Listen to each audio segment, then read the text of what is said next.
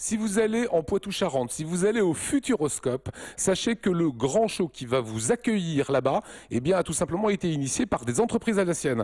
Alors avec nous, trois belles entreprises, Scénographe, Viastoria, Aquatic Show. Alors je vais commencer par vous, Christophe Schoen. C'est vous qui avez été, on peut dire, l'initiateur du projet ? Oui, je suis scénographe, un peu le chef d'orchestre entre ces deux techniques qui sont le rideau d'eau d'un côté, la vidéo de l'autre.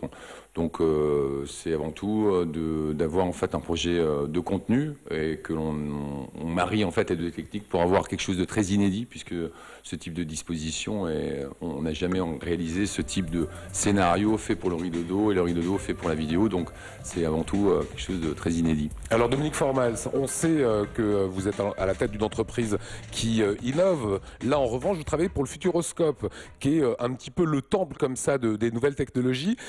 Sur quoi avez-vous travaillé et qu'est-ce que vous avez dû imaginer comme chose innovante ? Alors le Futuroscope, on le connaît depuis longtemps, ça fait 20 ans qu'on y travaille. On fait tous leurs spectacles d'été, ça a été un de nos tout premiers clients à acheter les écrans d'eau. Ensuite, on leur a fourni toutes nos générations de rideaux d'eau sur lesquels on pouvait projeter, ne pas projeter, etc.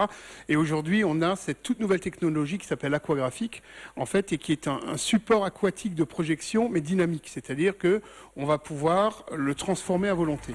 C'est-à-dire que ce qu'on est en train de voir là en ce moment, ce sont des petits snowboarders qui glissent sur une sorte de rideau d'eau. Techniquement, comment on arrive à faire ça ? Alors techniquement, on contrôle la goutte d'eau. C'est-à-dire qu'en réalité, votre snowboarder, il est formé avec de l'eau et uniquement avec de l'eau. Et ensuite, l'image va venir se greffer là-dessus. C'est-à-dire qu'on contrôle chaque goutte d'eau sur une longueur d'environ 10 mètres et une hauteur de 6 mètres. Et comment on fait ? C'est un brevet qu'il faut que j'aille voir à c'est un l'INPI. brevet, mais c'est pas les grands secrets. Ce sont des multitudes d'électrovannes.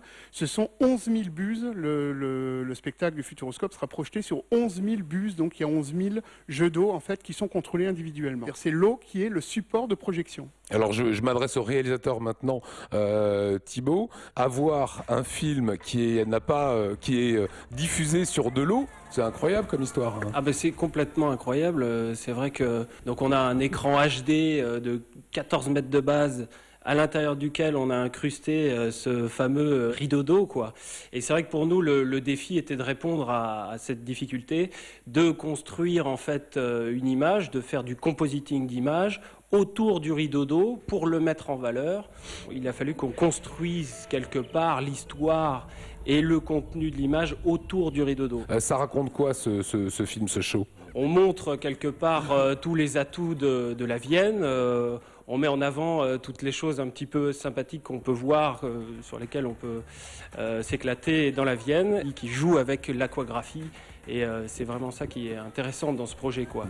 Dominique, aujourd'hui, est-ce qu'avec l'eau, on peut tout faire, hein ?